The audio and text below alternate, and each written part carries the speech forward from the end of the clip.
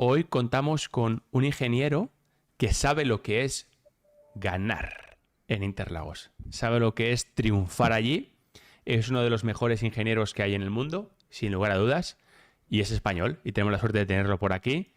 Y me gustaría que nos contara un poco el intríngulis de Interlagos, que nos ayude a entender pues más, ¿no? Cuando veamos las cámaras on board, cuando veamos la propia carrera, ¿no? Así que damos la bienvenida a Roberto Gómez Porsche. ¿Cómo estás, amigo? Muy buenas a todos. ¿Qué tal? ¿Qué tal? Hola. Un placer. Interlagos, macho, ¿qué Nada, un opinas? poco un circuito complicado. Para mí me trae buenos y malos recuerdos. En el 2015, además, con Mark Webber en el WEC, tuvimos un golpe fuerte. En la entrada a la recta principal, la última curva es una curva rapidísima y entras en la recta principal a mucha velocidad. Y en esa curva, entre el LMP1 y un GT, un Ferrari intentando adelantar a otro coche, le tocó a Mark Webber, se le fue de atrás, se fue contra el muro y partió el coche por la mitad. Estuvo varios días en el hospital. De hecho, le recomendaron no conducir hasta primeros del año siguiente, o sea que tuvo que estar varias carreras sin correr. O sea, tu piloto era Weber en Interlagos, ¿no? Sí. Bueno, yo estaba con el otro coche, estaba Uh-huh. con el de Neil Jani, Mark Lieb y Romain Dumas, y el otro coche era Mark Webber, Timo Bernard y Brendan Hartley, que de hecho nosotros ganamos porque faltaban 4 o 5 vueltas para el final. Después del golpe sacaron safety car y nuestro coche acabó detrás del safety car y acabó en el podio. O sea que fue en el 2015 el primer podium que hicimos. A partir de ahí luego fue todo rodado, pero fue el primer podium de la temporada y el primer podium del LMP1. Y bueno, un poco tenía un alerón del coche ese para enseñaros, lo que pasa que lo tengo en el museo que tengo en casa y estoy en la oficina ahora. Pero bueno, aquí tengo el mono de Timo Bernard, que era el compañero de Mark Webber en la carrera esa. Wow. Mira, ese mono me ha encantado siempre. Me gustan mucho los monos blancos y ese, ese es el de Porsche, claro. Ese me ha flipado. Los que lleva Dani ahora, por ejemplo, también en su categoría con Aston Martin también me gustan mucho. Lo que pasa que blanco dura un poco, tío. Una carrera. Sí, la verdad que sí, pero sí que con casi todos los pilotos que he tenido yo que al final han triunfado han llevado el mono blanco. Hay que usar mono blanco entonces. Si algún día corremos juntos, Roberto, yo mono blanco, ¿eh? Sí, sí, Lo tengo seguro. claro. Oye, Interlagos, tío, ¿qué opinas? Porque tú sabes lo que es poner un coche a punto allí.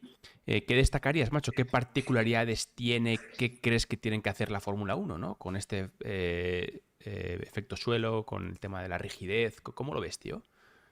Pues, a ver, lo primero, es el circuito que más alto está sobre el nivel del mar, entonces la presión atmosférica mucho menor y ahí se nota mucho para los motores, se nota la falta de potencia, o sea que es una parte una parte importante la falta de potencia que tienen. Al final es igual para todo, pero bueno, es algo que sí que tienen que tener en cuenta. Y luego la carga aerodinámica, pues es un circuito de media alta carga, tiene curvas muy rápidas y también tiene una parte muy revirada, muy lenta, un circuito bacheado con muchos peraltes, tema de suspensión con el ala. Al final todos estos coches, lo que has dicho del fondo, las alturas son muy importantes, ir con el pitch necesario para tener el aro balance donde le queremos. Y con los baches al final, pues lo que te hace es que sea un poquito más complicado el ajustar esas alturas y que no vaya rozando el fondo siempre y tenga más desgaste del que debe.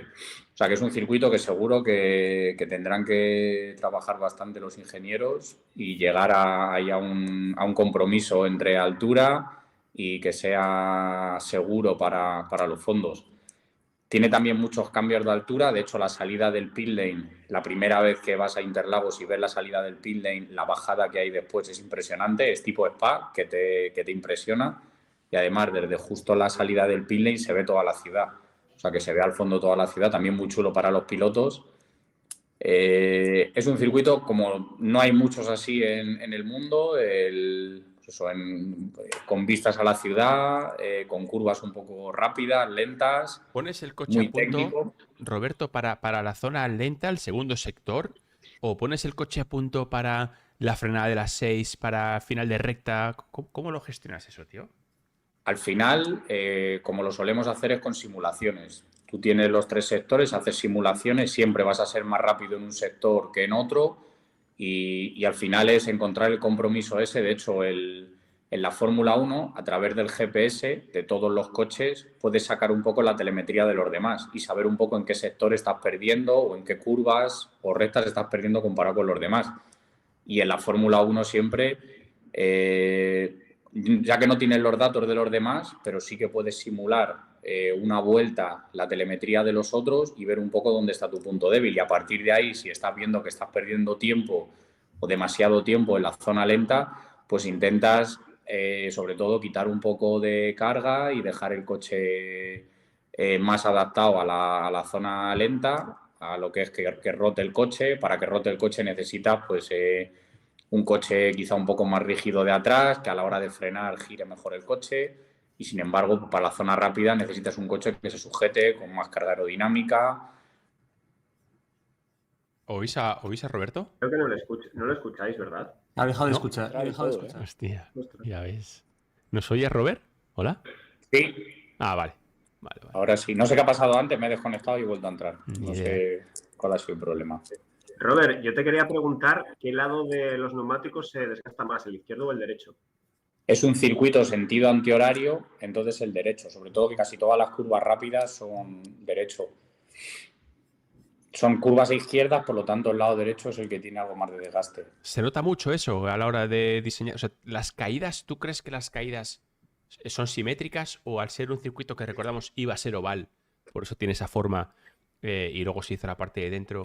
¿Tú crees que se lleva las caídas igual y todo es geométricamente? Normalmente siempre hay algo de desigualdad, pero vamos, suele ser 0,2, 0,3. Cuando hablamos de eso, de caídas desiguales, estamos hablando de 0,2, 0,3 de diferencia entre un lado y otro. O sea, aparentemente no es demasiada grande la diferencia, pero a la hora del desgaste sí se nota. Y con las temperaturas del neumático en las bandas de rodadura es un poco igual, como llegan a la conclusión esa y deciden poner algo más de caída en el lado derecho. Pero vamos, aquí sí que se suele llevar algo de caída desigual. Qué guapo. Y a nivel de tracción, yo lo que estoy viendo es que, y lo vimos en Forosol, Porti y yo que estuvimos bastante en Forosol, me llamó mucho la atención, macho, lo agresivos que son. Gracias, Borja y todos el cariño del canal, os aprovecho a saludaros. Estaba viendo en Forosol toda la parte lenta, cómo atacaban los pianos, cómo le metían gas. Fíjate, hubo un tiempo en Fórmula 1, bajo mi punto de vista, especialmente en la época híbrida con el Mercedes, o incluso Vettel, con el Red Bull antes también, que es como que iban mucho más tranquilos con el volante. Es como que tenían claro, traccionaban en el sitio, no upset el coche, ¿no? No lo molestaban demasiado. Sin embargo, en México vimos, especialmente en tracción, curva rápida, cómo atacan a muerte. Y yo creo que es una tónica un poco general, no sé muy bien por qué en curva alta tienen que atacar tanto en tracción, pero los neumáticos traseros, curva 10, curva 8, curva 9, incluso la salida de la 12, que es muy importante, ¿el trasero va a sufrir? ¿O es un circuito en el que se desgasta más las delanteras o por igual? La verdad que ahora mismo no sé, con el neumático que llevan hoy en día no sabría decirte cuál es el neumático que más va a sufrir, o un poco siempre, a medida que van sacando, que van evolucionando los neumáticos, siempre hay un eje que tiene algo más de desgaste y no sabría decirte ahora mismo cuáles son los que más van a sufrir, si los delanteros o los traseros. Por lo bacheado que está el circuito, por las curvas rápidas que tienes y demás, los traseros seguro, pero bueno, también hay bastantes curvas lentas que el delantero, sobre todo el izquierdo, en las curvas lentas quizá el delantero izquierdo es el que más sufra y en las rápidas es el trasero derecho. Así que estará ahí un poco, también habrá mucho bloqueo en la zona lenta, cuando frena fuerte el interior suele bloquear. Entonces será un poco, ya te digo, no sé ahora mismo, veremos a ver cómo aguantan los neumáticos y después de unas sesiones harán stint largos, supongo, en la free practice y veremos a ver cómo es el desgaste en cada eje. ¿Tenéis alguna duda, Jacobín, Porti, Pablo o incluso el chat para Robert de esta pista de Interlagos? Aquí la estrategia buena el año pasado fueron las dos paradas. de George Russell. Yo creo que hizo blando, medio blando. Me parece, el duro no lo usó casi nadie. Sí, no sé un poco lo que al final las estrategias dependen también un poco del año, de la temperatura de pista. Igual, lo que habéis comentado antes de los neumáticos, la temperatura de pista cambiará mucho si hace mucho calor, mucho frío, un poco lo que usen. Pero sí, yo creo que más o menos el duro es un circuito con toda la zona lenta, es un circuito que quizá al medio le va mejor. ¿Se sabe el clima que va a hacer? Porque habéis dicho que igual, tú lo has dicho antes, Pablo, ¿no? Creo, ¿se sabe el clima, la previsión de lluvia o no lluvia? Es probable que llueva el viernes y seco el sábado y el domingo. Bueno, siempre es complicado cuando en los free practice tienes un tiempo diferente al que vas a hacer luego en quali y carrera y demás, siempre es complicado para hacer el setup del coche y demás, es un extra de dificultad para los ingenieros. ¿Has visto, Roberto, que Portillo se imaginaba, no se lo he dicho, se imaginaba que venías y se ha vestido para la ocasión, ¿no? ¿Te has dado cuenta o no? Sí. Sí. Yo creo que coincidimos en alguna carrera, pero no te pillamos justo cuando estabas. No sé ahora mismo, pero sé que pregunté por ti y no nos vimos. A Barcelona, ¿no? Que no fue la Porsche. No, fue en otro sitio. No me acuerdo ahora. Yo este año sí que he hecho, bueno, este año, el anterior y el otro he hecho todas las de la Porsche Cup, sí, pero al final con José María Rubio también, que es conocido del grupo, hay muchas carreras que hablamos, nos vemos más en Madrid que luego allí en el circuito, porque estamos al lado, pero siempre viene, yo estoy a lo mejor con los pilotos en el camión, luego yo voy a la parrilla, estamos ahí un poco como el perro y el gato muchas veces, o sea que es complicado. En los circuitos luego, aunque tengas ratos que en teoría no tienes que trabajar, pero siempre hay gente a la que atender o pilotos que quieren ver datos, o vosotros igual tenéis un montón de gente que quiere hablar con vosotros, o sea que al final estamos siempre liados. Pues querido Robert, tío, te agradezco mucho que te hayas pasado, que nos hayas dado un poco las tips del ingeniero del circuito de Interlagos, que es una pista, como tú decías, que la altura se nota, el neumático delantero izquierdo sufre, el trasero derecho sufre, es muy complicado o es tricky, es complicado hacer un setup para zona rápida o lenta, tienes que elegir un poco en la simulación a ver dónde intentas mejorar.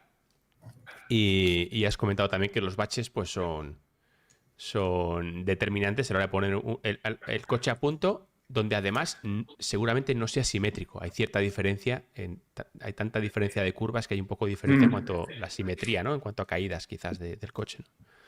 Eso es. Muchas veces cuando la gente pregunta, oye, pero el setup este es mejor, este otro es peor, este piloto va muy rápido por su setup, es algo que siempre lo digo y quiero recalcarlo, que al final el setup depende de muchas variables, depende del piloto, de la conducción del piloto, y en este caso, por ejemplo, siempre que hagas algo para mejorar el coche en una parte, lo empeoras en otro, pero al final el tiempo total de la vuelta, que hay zonas en las que irá mejor, otras en las que va peor, pero luego es muy parecido. Pero cuando hablamos de Le Mans o Monza es fácil porque son rectas tan largas que está claro que es evidente que cuanto menos carga aerodinámica mejor. Pero luego en todo este tipo de curvas, al final pueden haber setups completamente diferentes y que un equipo lleve mucha más carga aerodinámica que otro y al final el tiempo final por vuelta sea muy parecido. Con los setups pasa igual. Hay veces que un piloto lleva un coche muchísimo más sobrevirador que otro y sin embargo el tiempo por vuelta es el mismo. No es que el setup sea más rápido o menos, es que a ese piloto le va mejor ese setup o a ese equipo o a cómo degradan los neumáticos le va mejor. Si tienes un coche con el aerobalance mucho más hacia adelante, que desgasta mucho más las ruedas delanteras, a lo mejor a un equipo le viene peor que a otro y sin embargo a otro lo que le interesa es tener más carga en las traseras porque por la suspensión pues pierde más tracción.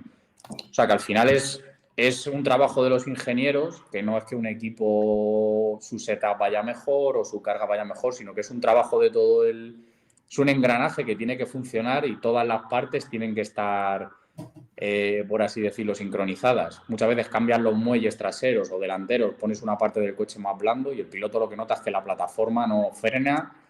Lo dicen, the platform is not the same, sienten como que la parte delantera no trabaja igual que la parte trasera, entonces al final eso es un poco el trabajo de los ingenieros, trabajo del piloto, que es el que tiene que que decirle al ingeniero por dónde tiene que tirar. Y son, pues ya digo, complicado porque al final son muchas partes, muchos departamentos, mucha gente que tiene que conocerse, tienen que estar sincronizados, al final tienen que hacer un setup que el tiempo por vuelta final sea el más rápido. Pero que seguro que entre un equipo y otro, setup diferentes, carga diferente y muchísimas cosas diferentes. Pues tomamos nota, tío. Pues gracias, Roberto. Que vaya todo muy bien. Y si Dios quiere, nos vemos mañana.